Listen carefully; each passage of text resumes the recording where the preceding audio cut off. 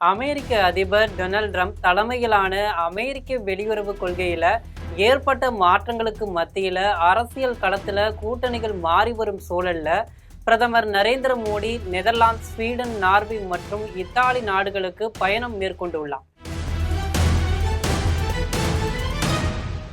நார்வேயில நடந்த நோர்டிக் உச்சி மாநாட்டில் பிரதமர் மோடி பங்கேற்றதன் வழியாக ஐரோப்பிய நாடுகள் மிகவும் நம்பகமான பங்காளிகளாக இந்தியாவை பார்க்கின்றன என்றே சொல்லலாம். இது பற்றிய செய்திகளை விரிவாக பார்க்கலாம்.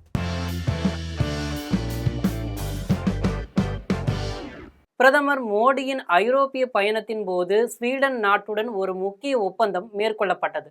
அது இந்தியாவின் விண்வெளி ஆய்வில் முக்கிய மைல்கல்லாக பார்க்கப்படுகிறது. பெரிதும் எதிர்பார்க்கப்பட்ட சுக்ரயான் திட்டத்திற்காக இந்திய விண்வெளி ஆராய்ச்சி நிறுவனமான இஸ்ரோ ஸ்வீடனுடன் அதிகாரப்பூர்வமாக ஒப்பந்தம் மேற்கொண்டிருக்கு. பிரதமர் நரேந்திர மோடி ஸ்வீடனின் கோத்தன்பர்க் நகருக்கு பயணம் மேற்கொண்ட போது இந்த புரிந்துணர்வு ஒப்பந்தம் கையெழுத்தானது. பூமியின் சகோதரி என்று அழைக்கப்படும் வெள்ளிக்கோளை பற்றி ஆய்வு செய்வதற்கான இந்தியாவின் முதல் திட்டம் இதுவாகும். சந்திராயன் 3 வெற்றி பெற்ற பிறகு ஸ்வீடன், பிரான்ஸ், ஜெர்மனி போன்ற நாட்டுக்குள் இஸ்ரோவுடன் இணைந்து விண்வெளி ஆய்வு மேற்கொள்ள மிகுந்த ஆர்வம் காட்டுகின்றன என்பதும் கவனிக்கத்தக்கதாக விஷயமாகும். சுக்ராயன் என்ற சொல் சமஸ்கிருதத்திலிருந்து வந்தது. இதன் பொருள் வெள்ளி கழகம் என்பதாகும். சந்திராயன் 3 நிலவை அடைய உதவிய இஸ்ரோவின் சக்தி வாய்ந்த LVM-3 ராக்கெட்டை பயன்படுத்தி வெள்ளிக்கோளுக்கு 2028ஆம் ஆண்டு மார்ச் 29ஆம் தேதி விண்கலம் ஏவப்பட்ட திட்டமிடப்பட்டுள்ளது. சந்திராயன் 3 நிலவை அடைய உதவிய இஸ்ரோவின் சக்தி வாய்ந்த LVM-3 ராக்கெட்டை பயன்படுத்தி வெள்ளிக்கோளுக்கு 2028ஆம் ஆண்டு மார்ச் 29ஆம் தேதி விண்கலம் ஏவப்பட திட்டமிடப்பட்டுள்ளது. இந்த ராக்கெட் 112 நாள் பயணத்திற்கு பிறகு ஜூலை 2028ஆம் ஆண்டு ஜூலை 19ஆம் தேதி வெள்ளிக்கோளை சென்றடையும். இதற்கு ஸ்வீடன் நாடு தொழில்நுட்ப அளவில் உதவி செய்யும்.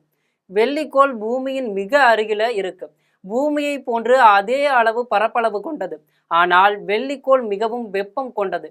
இதன் மேற்பரப்புல 460 டிகிரி செல்சியஸ் வெப்பம் நிலவுகிறது. கந்தக அமிலத்தால் ஆன அடர்த்தியான மேகங்கள் நிறைந்தது. இங்கு உயிரினங்கள் இருப்பதற்கான எந்த அறிகுறியும் கிடையாது. கிட்டத்தட்ட ஒரே காலகட்டத்தில் உருவாகி ஒரே பரப்பளவு கொண்டுள்ள பூமி மற்றும் வெள்ளிக்கோள்கள்ல ஏன் இத்தனை வேறுபாடுகள் உள்ளன என்கிற ஆச்சரியம் விஞ்ஞானிகளுக்கு எப்போதும் உண்டு. வெள்ளிக்கோளின் மேற்பரப்பு, வளிமண்டலம் மற்றும் சூரியனின் ஆற்றலால் அந்த கோளில் ஏற்படும் பாதிப்புகளை ஆய்வு செய்வதன் மூலம் விடைகளை முடியும். இந்த திட்டத்துக்காக இஸ்ரோ 1236 கோடி ஒதுக்கியிருக்கு. அதே வேளையில பிரதமரின் ஐரோப்பிய பயணத்துல சர்ச்சைகளும் இல்லாமல் இல்லை.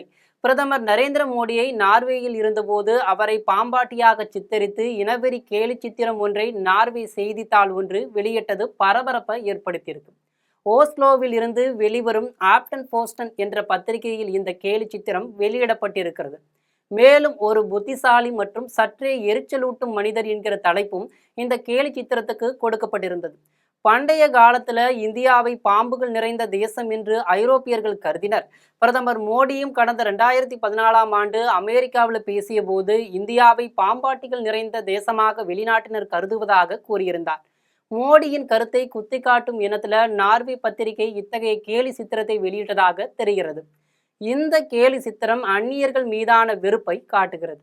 இந்தியாவையும் அதன் மக்களால் தேர்ந்தெடுக்கப்பட்ட தலைவரையும் அவமரியாதை செய்துள்ளது என்று பலரும் காட்டமாக விமர்சித்திருக்காங்க. ஐரோப்பியர்கள் இன்னும் தங்களது காலனி ஆதிக்க மனநிலையில் இருந்து வெளியே வரவில்லை என்றும் இந்தியர்கள் அந்த பத்திரிகையை கண்டித்திருக்காங்க. பின்னர் ஓஸ்லோவில் பிரதமர் நரேந்திர மோடி, நார்வே பிரதமர் ஜோனாஸ் கார் ஸ்டோர் ஆகியோர் பங்கேற்ற செய்தியாளர் சந்திப்பிலும் பிரச்சனை வெடித்திருக்கு.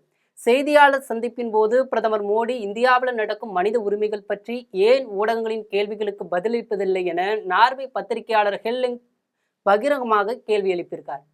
பிரதமர் மோடி இந்த கேள்விகளுக்கு பதிலளிக்கவில்லை. தொடர்ந்து இரு தலைவர்களுமே செய்தியாளர்கள் சந்திப்பில் இருந்து அமைதியாக வெளியேறிவிட்டனர். இந்த சர்ச்சை குறித்து பதிலளித்த வெளியுறவு அமைச்சக செயலாளர் சிபி ஜார்ஜ், இந்தியாவின் சிக்கலான தன்மையை புரிந்து கொள்ளாமல் அறியாமை கொண்ட தன்னார்வ தொண்டு நிறுவனங்களால் வெளியிடப்பட்ட அறிக்கையின் அடிப்படையில் செய்தியாளர்கள் கேள்வி எழுப்புகிறார்கள். இந்தியாவில் தினமும் எத்தனை பிரேக்கிங் செய்திகள் வெளிவருகின்றன என்பது அனைவருக்கும் தெரியும். டெல்லியில மட்டும் ஆங்கிலம், இந்தி மற்றும் பல மொழிகளில் குறைந்தது 200 தொலைக்காட்சி சேனல்கள் இருக்கின்றன. வெளிநாட்டவர்களுக்கு இந்தியாவை பற்றி எந்த புரிதலும் இல்லை என்று காட்டமாக பதிலளித்திருக்கார். இது தொடர்பான செய்திகளை விரிவாக அறிந்து கொள்ள ஜெம் தொலைக்காட்சியுடன் தொடர்ந்து இணைப்பில் இருங்கள். நன்றி, வணக்கம்.